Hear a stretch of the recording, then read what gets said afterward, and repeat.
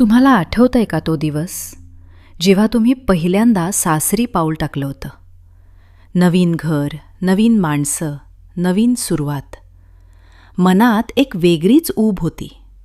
वाटलं होतं, हे माझं नवीन घर आहे, हे माझे नवीन लोक आहेत, मी यांच्यासाठी सगळं करेन, हे मला आपलं मानतील. पण त्या घरात राहता राहता काही दिवसात, काही महिन्यात किंवा कदाचित काही वर्षात एक गोष्ट हळूहळू लक्षात येते. सगळेच आपले नसतात.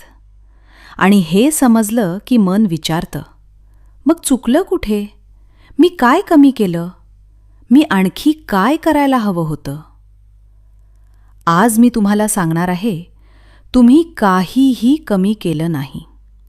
चूक तुमची नाही. फक्त कुणी तुम्हाला एक गोष्ट आधी सांगितली नव्हती. माणसं ओळखायला शिका. प्रत्येकाला एकाच नजरेने बघू नका. आज तीच गोष्ट मी सांगणार आहे. आणि ती ऐकल्यावर तुमचं सासरचं आयुष्य खूप हलकं होईल हे मी ठामपणे सांगते. ती वेदना जी कुणाला सांगता येत नाही. मैत्रिणींनो, सासरी जाणं म्हणजे फक्त घर बदलणं नाही, ते एक संपूर्ण जग बदलणं आहे. तुमचं माहेर, जिथे तुमच्या प्रत्येक आवडीनिवडी माहीत होत्या, जिथे चुकलात तरी कुणी आपलंच म्हणायचं, ते सोडून तुम्ही एका अशा घरात येता जिथे तुम्हाला सगळं नव्याने सिद्ध करायचं असतं. आणि तुम्ही ते करता, मनापासून करता. स्वयंपाक करता, घर सांभाळता, सणवार करता, नातेवाईक आले तर हसत सामोरं जाता. कुणाचं मन दुखावणार नाही याची काळजी घेता. पण तरी कुठेतरी आत एक बारीक रुखरुख राहते. कधी कुणाचा एखादा टोमणा मनात घर करतो. कधी एखाद्या चांगल्या माणसावर विश्वास ठेवला तर ती गोष्ट दुसऱ्यापर्यंत पोचते. कधी खूप प्रयत्न करूनही वाटतं, मी इथे परकीच आहे. आणि हे सगळं सहन करताना तुम्ही कुणाला सांगू शकत नाही. कारण घरचे म्हणतील, जुलून घे. नवरा म्हणेल, तू जास्त विचार करतेस. आणि जगाला सांगितलं तर संसार मोडायला निघालीये असा शिक्का बसतो. ही वेदना खरी आहे. आणि ती तुम्ही एकट्या अनुभवत नाही. भारतातल्या असंख्य स्त्रिया रोज हेच जगतात. पण आज मी तुम्हाला एक वेगळी दृष्टी द्यायला आले आहे. एक असा विचार जो तुम्हाला या सगळ्याकडे नव्या नजरेने बघायला शिकवेल. सासरच्या माणसांना समजून घेणं, त्यांच्या त्यांच्या जागी हे जेव्हा जमतं तेव्हा तुम्ही त्यांना चेंज करायचा प्रयत्न सोडता आणि स्वतःला जपायला शिकता. चला सुरू करूया. पहिला प्रकार, विस्तव माणसं. जे जवळ गेलात तर जाळतात. पहिला प्रकार मी सांगते, विस्तव माणसं. विस्तव म्हणजे आग. आग दुरून छान दिसते, उबदार वाटते, पण जवळ गेलात की जाळते. हे लोक तसेच असतात. बाहेरून त्यांचं वागणं कदाचित ठीकठाक वाटेल, पण आतून ते सतत एक विषारी वातावरण तयार करत असतात. हे लोक ओळखायचे कसे? ते कधीच कुणाबद्दल चांगलं बोलत नाहीत. आज तुमच्याजवळ दुसऱ्याची निंदा करतात, उद्या दुसऱ्याजवळ तुमची. त्यांच्या प्रत्येक बोलण्यात एक हिडन टोचणी असते. हे असं का केलंस? आमच्याकडे हे असं नाही होत. बरं झालं, मला जमत होतं, नाहीतर. हे वाक्य ऐकलेत का कधी? हे त्यांचं ठरलेलं हत्यार असतं. ते तुम्हाला छोटं दाखवून स्वतःला मोठं वाटवतात. शिवाय ते विनाकारण घरात तणाव निर्माण करतात. एखादी किरकोळ गोष्ट इतकी मोठी करतात की पूर्ण घर त्या एका गोष्टीभोवती फिरायला लागतं. आणि त्यावेळी तुम्ही बघाल ते शांत असतात. कारण घर अशांत केलं की त्यांना समाधान मिळतं.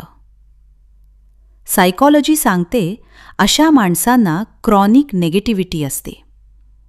ते स्वतः आतून इतके रिकामे आणि असमाधानी असतात की दुसऱ्यांना खाली ओढणं हाच त्यांचा आनंद बनतो. हे समजलं की तुम्हाला त्यांचा राग येणार नाही, फक्त कळव येईल. मग या माणसांशी करायचं काय? एकच सूत्र, दुरून नमस्कार. गरजेचं ते करायचं, बोलायचं, पण त्यांच्या वादात नाही, त्यांच्या कुरापतींना उत्तर नाही, त्यांच्या टोमण्यांना प्रतिसाद नाही. कारण त्यांना तुमचं उत्तर नको असतं, त्यांना तुमची प्रतिक्रिया हवी असते.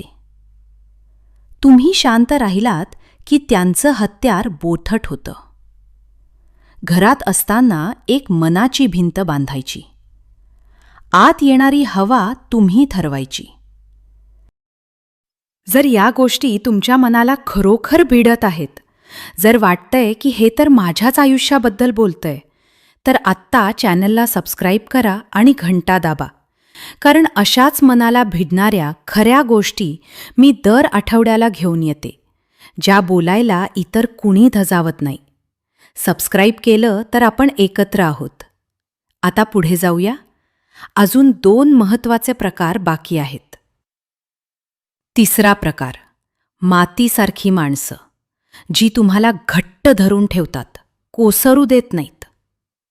तिसरा प्रकार, मातीसारखी माणसं. माती म्हणजे जी घट्ट आधार देते, जिच्यात बी पेरलं की रुजतं, जी कितीही उन्हाळा पावसाळा आला तरी सोडत नाही. सासरी अशी माणसं कमी असतात, पण असतात. कुणी सासू असेल जी खरोखर काळजी करते, कुणी दीर असेल जो बाजूने उभा राहतो, कुणी जाऊ असेल जिच्याशी मन मोकळं होतं. हे लोक सोन्यासारखे असतात. पण दुर्दैवाने विस्तव माणसांच्या त्रासाने आपण इतके जखमी झालेलो असतो की या मातीसारख्या माणसांशीही अंतर ठेवतो. त्यांच्यावरही विश्वास ठेवत नाही. इथे कुणावरही विश्वास ठेवायचा नाही, हा नियम आपण स्वतःच बनवलेला असतो. यात त्या चांगल्या माणसांचं नुकसान होतं, पण सगळ्यात जास्त तुमचं स्वतःचं नुकसान होतं. कारण एकट्याने लढण्यापेक्षा एखाद्या विश्वासू माणसाचा आधार असणं हे तुम्हाला मोठ्या संकटातही उभं राहायला शक्ती देतं. हे खरे लोक ओळखायचे कसे? एक साधी कृती. एखादी छोटीशी गोष्ट त्यांना सांगा. 8-10 दिवसांनी बघा ती घरात कुठे गेली का? जर ती त्यांच्याजवळच राहिली तर हे मातीसारखे लोक आहेत. हळूहळू विश्वास ठेवा, जवळीक वाढवा. सासरी एकही असा माणूस असेल ज्याच्यावर विसंबता येतं, तर तो तुमचं सगळ्यात मोठं बळ आहे. अशा माणसांना जपा, त्यांना आदर द्या, त्यांच्याशी प्रेमाने राहा. चौथा प्रकार, वाऱ्यासारखी माणसं, जी कुठल्याही दिशेने वाहतात, यांच्यावर भिस्त नको. चौथा प्रकार, वाऱ्यासारखी माणसं. वारा कधी पूर्वेकडून येतो, कधी पश्चिमेकडून. त्याला स्वतःची दिशा नसते. हे लोक तसेच असतात. आज तुमच्याशी चांगले, उद्या कुणाच्या सांगण्यावरून दूर. आज बाजू घेतली, उद्या त्याच गोष्टीत विरोधात गेले. हे तुमचे शत्रू नाहीत, ते फक्त आतून पोकळ असतात. स्वतःचं काही ठाम नसतं. घरात जो प्रभावशाली असेल त्याच्या बाजूने झुकतात. यांच्याकडून कधीही कन्सिस्टंट साथ अपेक्षित करायची नाही. त्यांनी चांगलं बोललं तर फार आनंदित नाही व्हायचं, वाईट वागलं तर फार दुखावलं नाही जायचं. यांना मनाच्या एका शांत कोपऱ्यात ठेवायचं, ना जास्त जवळ ना जास्त दूर. त्यांची उपस्थिती एक्नॉलेज करायची, पण आपला आतला तोल त्यांच्यामुळे ढळू द्यायचा नाही. नवऱ्याशी हे नातं वेगळ्या प्रकारे जपायचं. आता सगळ्यात महत्त्वाची गोष्ट, तुमचा नवरा. हे नातं बाकी सगळ्यांपेक्षा वेगळं आहे. हे तुम्ही दोघांनी मिळून बनवलेलं आहे आणि म्हणूनच हे सगळ्यात जास्त जपायचं आहे. घरात जे होतं, जे दुखावतं, ते त्याला सांगणं गरजेचं आहे. पण कसं सांगायचं, हे त्यापेक्षा जास्त महत्त्वाचं आहे. जर म्हणालात, तुझ्या घरचे खूप वाईट आहेत, तुझ्या आईनं असं केलं, तर तो डिफेन्सिव्ह होतो. त्याच्या मनात तुमच्या आणि घरच्यांमध्ये संघर्ष सुरू होतो. मग वाद होतो, दुरावा येतो. त्याऐवजी असं सांगा, तुझे घरचे मनाने चांगले आहेत, पण आज एक गोष्ट झाली जी मला आतून खूप लागली. मला समजून नाही घेतलं गेलं असं वाटलं. हे ऐकलं की तो तुमच्या बाजूने विचार करतो, कारण तुम्ही त्याला शत्रूच्या जागी नाही ठेवलं. दुसरी गोष्ट, घरच्यांचा सगळा रोष त्याच्यावर ओतू नका. तोही दमतो, गोंधळतो आणि हळूहळू मनाने दूर जातो. त्याऐवजी आठवड्यातून एकदा तरी दोघेही शांतपणे बोला. कुठलाही विषय असो. हे बोलणं नातं घट्ट ठेवतं. आणि हे नातं घट्ट असेल तर सासरच्या बाकी सगळ्या गोष्टी सहज सहन होतात. आणि जेव्हा खरंच रेषा ओलांडली जाते, तेव्हा त्याला थेट, शांतपणे सांगा. हे तुमचा हक्क आहे. पण हे प्रत्येक गोष्टीसाठी नाही. फक्त जेव्हा खरोखरच गरज असेल तेव्हा.